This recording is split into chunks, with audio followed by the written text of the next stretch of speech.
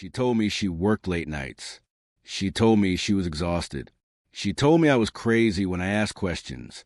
But then one evening, I saw her walking into a hotel with a man I'd never met. And that's when I realized I didn't know the woman I'd been living with for the last 3 years. For most of our relationship, I trusted her. I didn't want to be the insecure boyfriend, the one constantly checking her phone, questioning her every move. She always reminded me of how different she was from other women. Loyal, hardworking, honest. And for years, I believed her. But little things started to shift. She was glued to her phone, smiling at messages she'd never let me see. She stayed out later and later, saying she had projects or networking dinners. When I asked for details, she would sigh and tell me I didn't understand her career, that I was being controlling, paranoid. The gaslighting worked. I started to question myself instead of her. I told myself she was ambitious, busy, tired, and I should be proud of her instead of suspicious. Then came the night that changed everything. I had finished work earlier than usual. I drove past a hotel downtown on my way home and froze because there she was, stepping out of a taxi, dressed in clothes I had never seen before, heels too high for networking, lips painted darker than usual. She was laughing, and next to her was a man, older, well-dressed. His hand touched the small of her back as they walked inside together. I pulled over, my heart pounding so violently I thought I might black out. For 5 minutes, I just sat there, gripping the steering wheel, trying to convince myself I had imagined it, that it was a coincidence, that it wasn't her.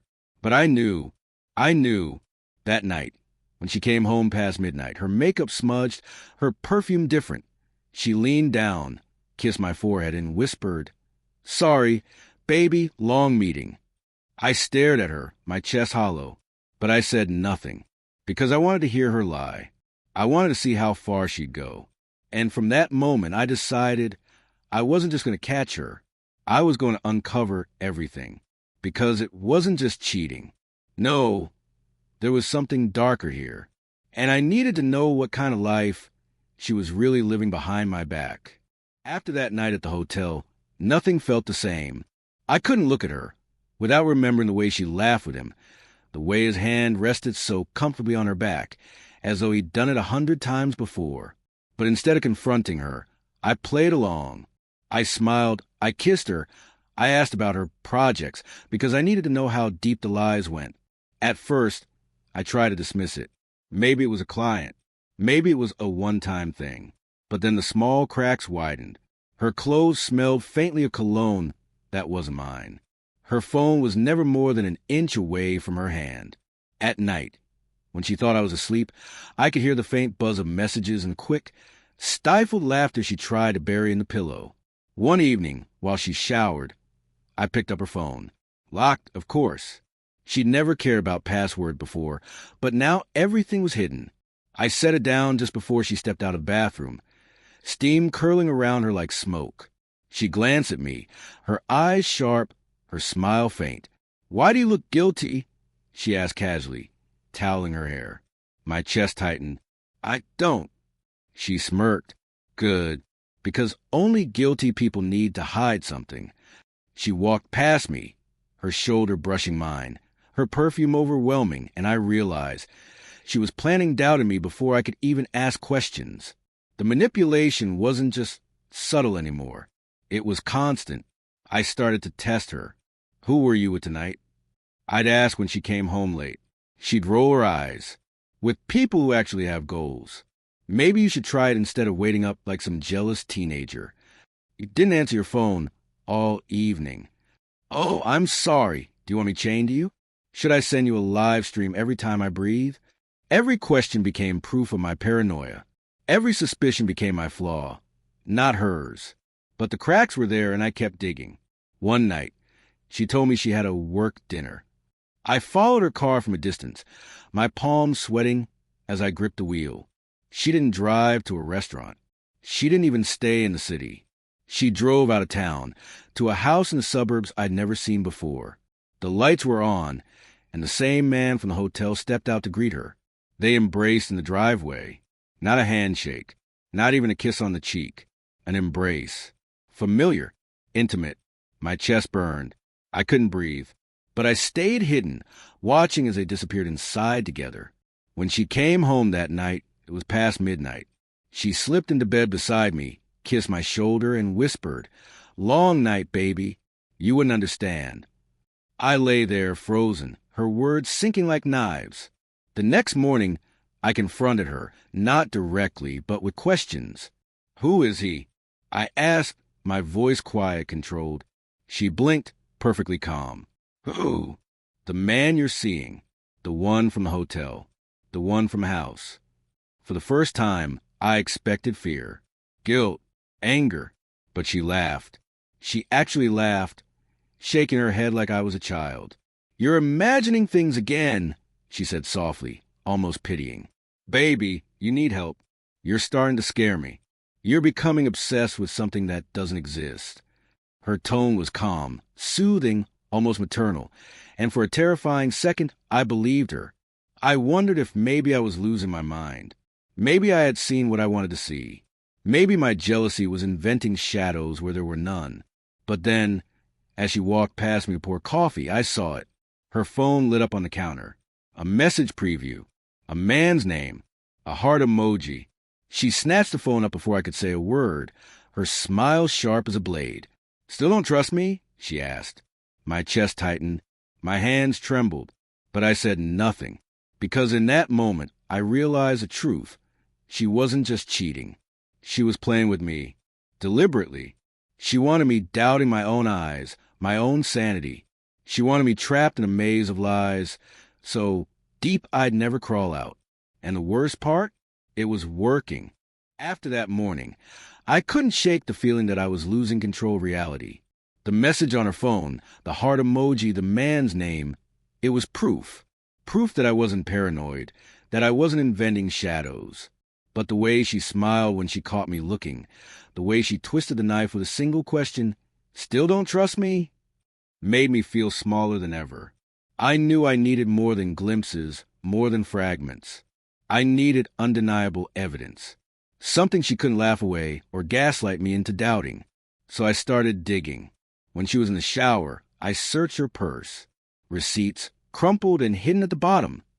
Not from restaurants we ever went to, but from luxury hotels and expensive bars in parts of town I never visited. When she left her laptop open one morning, I tried to check her emails. Password protected. Changed recently. She was careful. Too careful. But no one is perfect. One night, when she said she was working late, I drove back to the same house in the suburbs. This time, I parked closer, my headlights off, heart pounding so hard I thought it would give me away. I watched in the shadows as she walked up the driveway, heels clicking against the pavement. The door opened and the man was waiting. They didn't just embrace. They kissed, long, deep, familiar. My chest felt like it was being ripped open, but I couldn't look away. I pulled out my phone and snapped photos, my hands trembling so badly the images blurred. Still, it was proof. But then something else happened.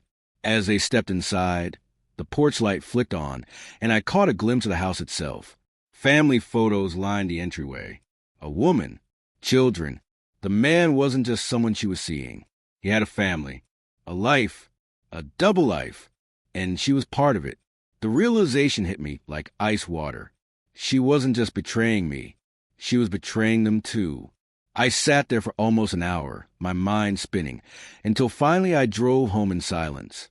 My hands were numb on the steering wheel, my stomach twisted into knots. When she came home that night, I was waiting in the dark. "Where were you?" I asked, my voice flat. She didn't flinch, didn't hesitate. "Work," she said smoothly, slipping off her heels. I stared at her, my hands shaking. "Do you ever get tired of lying?" That got her attention. She paused, tilting her head, her lips curling into a faint smile. "Do you ever get tired of accusing me?" "I saw you," I whispered, "at the house. With him." For a split second, her expression froze.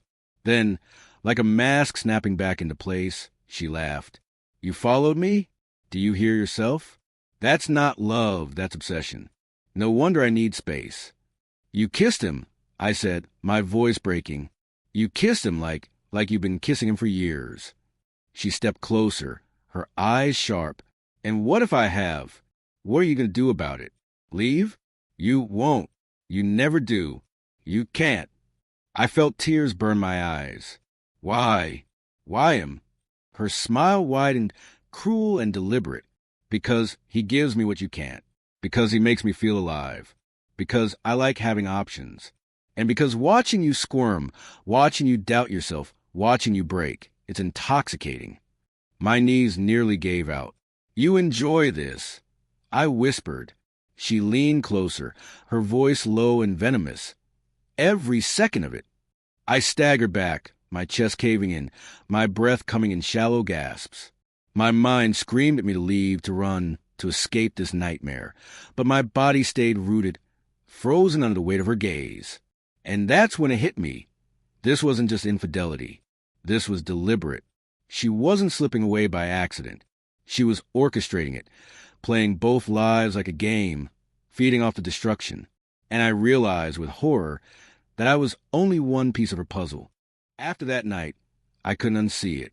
The house, the man, the family photos by the door, and her, stepping into that life like she belonged there. It haunted me. Every time she smiled at me, every time she kissed my cheek, good morning, all I could see was her lips press against his. Every "I love you" that slipped from her mouth sounded like a rehearsed line in a play she was performing for an audience of fools. And I was the star fool. I told myself I needed clarity. Real clarity. If she could build one secret life, how many more could she hide? What else had I missed while I sat there apologizing for being paranoid? So I started digging deeper. The first clue came in the form of a small, stupid thing, a set of keys. She always kept them on a gold chain in her purse. I thought they were just extras, work, gym, mailbox. But one evening, when she was in the shower, I pulled them out and saw 4 different house keys. 4. We lived in one apartment. Her office was downtown, and it had key cards, not old-school keys. So what were the others for? I felt my stomach twist as I stared at them. She wasn't just lying. She was living multiple lives. The second clue was more brutal. I had been invited to dinner with one of her co-workers, a guy she had mentioned in passing, someone I assumed barely knew me. But at that dinner, over wine, he slipped. He asked, "So, how long have you two been together now? 3 years? 4? I nodded, forcing a smile. Almost 4. He raised his brows. Funny, she told us she wasn't seeing anyone seriously. My chest went cold. What? He shrugged, sipping his wine. Yeah, she said she was single, too focused on her career to settle down. Everyone thought it was kind of badass. I smiled tightly, hiding the earthquake inside me, but my mind was screaming. Single. She had erased me completely from one part of her life. From that moment, I started noticing the cracks everywhere. With her co-workers, she was the independent woman who didn't need a man. With her friends, she was a carefree single who laughed about dating apps and fun nights out. With me, she was a stressed girlfriend who needed support, patience, understanding. And with him, with him she was something else entirely. I didn't know what, but I could imagine. It wasn't just cheating. It wasn't even just betrayal. It was a performance. She had crafted multiple versions of herself, each one tailored to whoever she needed control. And I was the version who got the worst of it. The stability, the loyalty, the blind devotion. I was the anchor she came back to when the others grew too chaotic. I was her home base, not out of love, but out of convenience. The breaking point came a week later. She had work travel scheduled, 3 days out of town. I decided to follow. I booked a different flight, stayed in a different hotel, and shadowed her like a stranger in her life.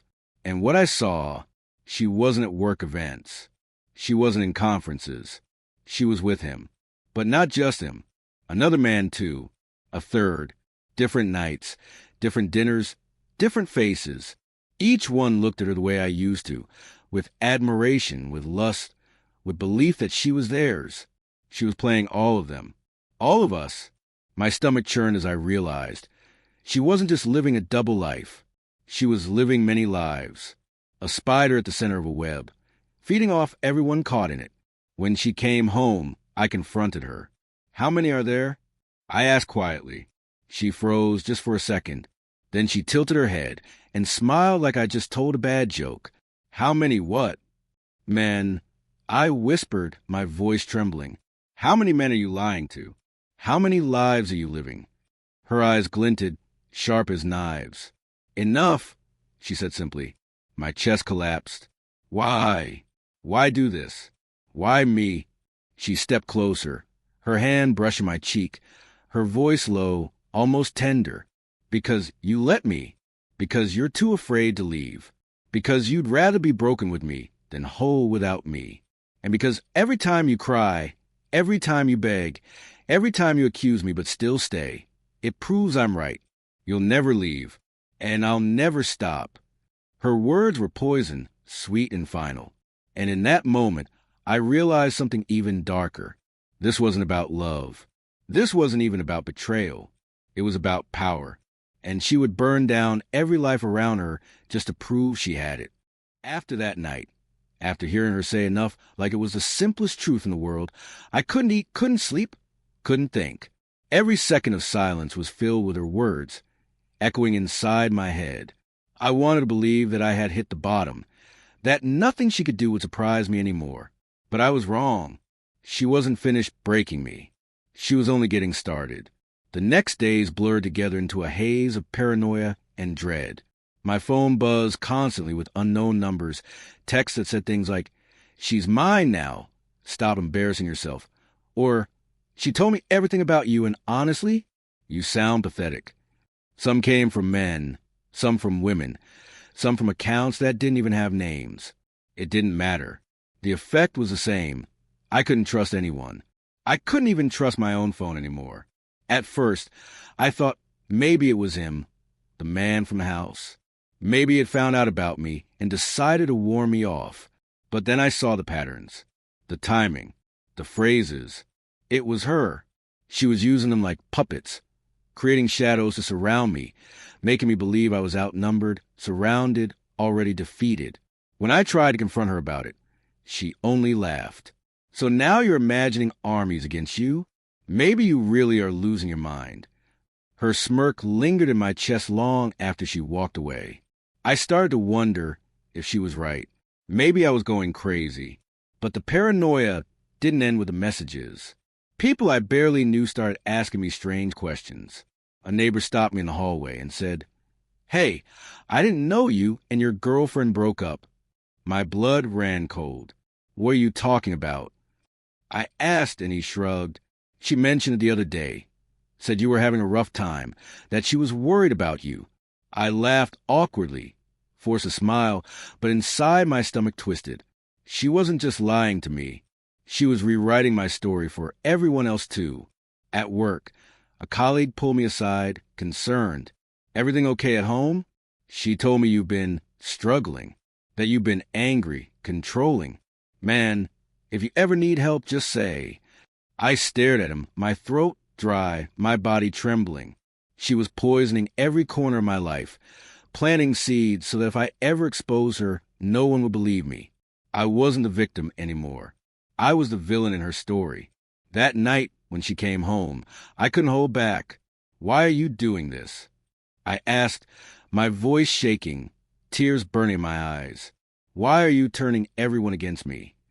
She dropped her bag on the counter, glanced at me like I was nothing more than a nuisance, and said, "Because it's easy. Because people believe me. Because you made it too simple. All I had to do was tell them you were insecure, unstable, jealous. And look at you, pacing the apartment red-eyed, accusing me of conspiracies.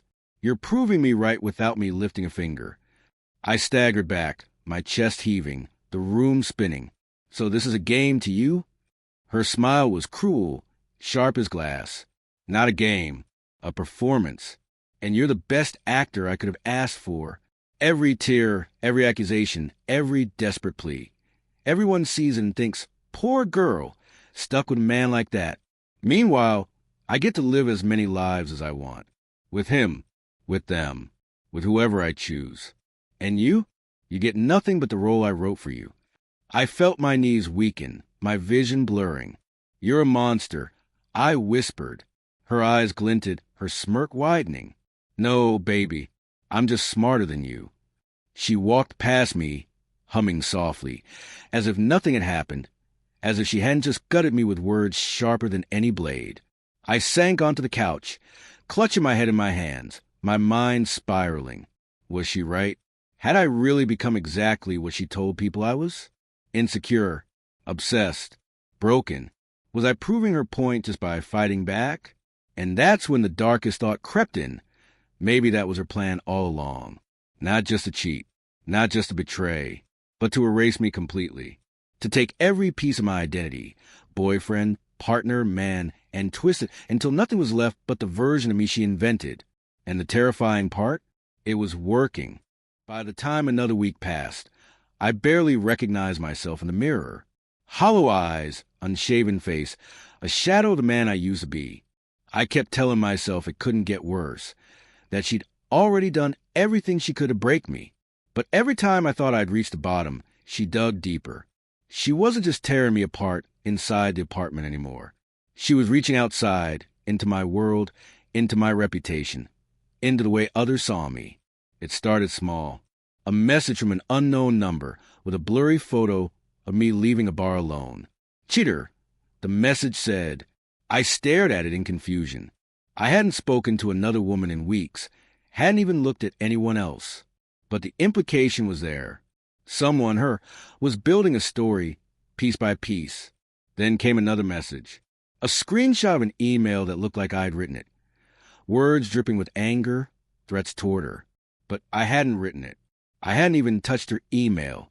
My stomach churned as I realized what was happening. She wasn't just telling people I was unstable. She was fabricating proof. That night, she came home late, the same cruel smirk painted across her face. I demanded answers, my voice raw. Why are you doing this? Why are you trying to ruin me outside of here, too? She tilted her head, set down her purse, and said softly, because no one will ever believe you. I could scream right now, tell the neighbors you hit me. And who would they believe? You, with your bloodshot eyes, your paranoia, your desperation? Or me, calm, smiling, with a tear rolling down my cheek? You don't understand. I don't even have to win. You've already lost. My blood ran cold. She wasn't bluffing. I could see it in her eyes. She had already thought it all through, planned every step. And then she showed me. She pulled out her phone, opened a photo. It was me, asleep on the couch, my mouth open, vulnerable. Next to me on the table, she had placed broken glass, like I had smashed something in anger. Another photo, me standing in the kitchen with a knife, cooking dinner, but taken at an angle that made it look like I was gripping it too tightly, glaring at her.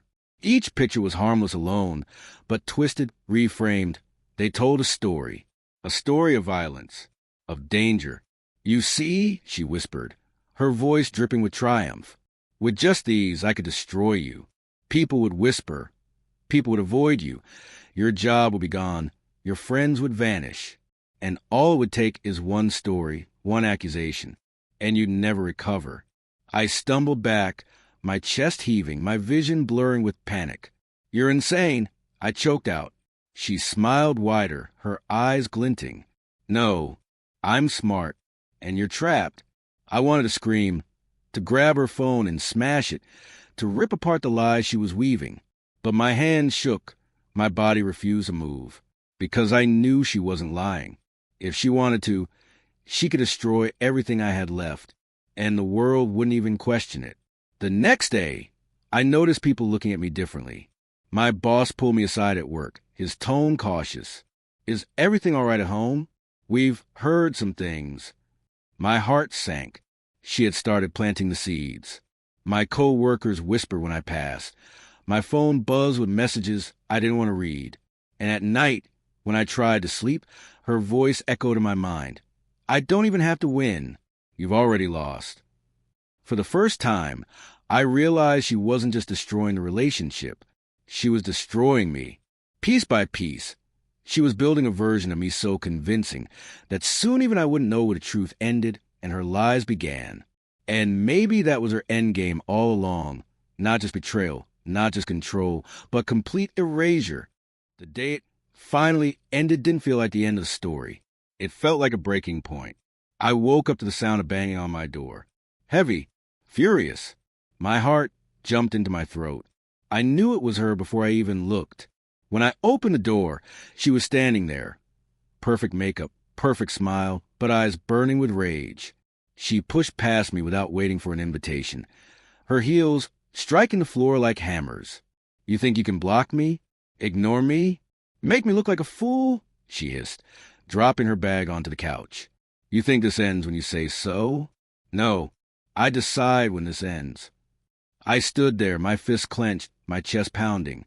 "It already ended," I said quietly. She turned, her smile widening. "No, you're too weak to end it. You've proven that again and again. I can destroy you whenever I want. Do you understand that? With one phone call, I could have the police at your door. With one story, I could make you unemployable. With one tear down my cheek, I could make the world hate you." Her words hit like knives, but something inside me shifted. Maybe it was exhaustion. Maybe it was clarity. But for the first time, her threats didn't paralyze me. They lit a fire. "Then do it," I said, my voice steady. She froze, her smirk faltering. "What?" "Do it." I repeated, louder this time. "Call them. Tell your lies. Destroy me if you want. But you don't get me anymore. You don't get my silence. You don't get my fear. You don't get me." Her eyes narrowed, fury twisting her face. "You think you can just walk away? After everything? You belong to me." I stepped closer, my voice like steel. "No, I survived you, and that means I was never yours." Her hand shook as she reached for her phone, her lips trembling between a scream and a sob. But she didn't dial. She didn't speak. She just stood there, the mask finally cracking. For the first time, I saw it, the emptiness behind her eyes. She wasn't powerful. She wasn't untouchable. She was hollow, and she hated that I could see it. "Get out," I said firmly. She stared at me for what felt like an eternity. Her jaw clenched, her eyes blazing with rage she couldn't contain. Then, without a word, she grabbed her bag, stormed to the door, and slammed it shut behind her. The silence that followed was deafening. But it wasn't the silence of fear anymore. It was the silence of freedom. I sank onto the couch, my whole body shaking, tears streaming down my face. Not tears of pain this time, but of release. For the first time in years, I felt weight lift from my shoulders. And as I whispered into the quiet room, the words felt real at last. "You don't own me. Not anymore.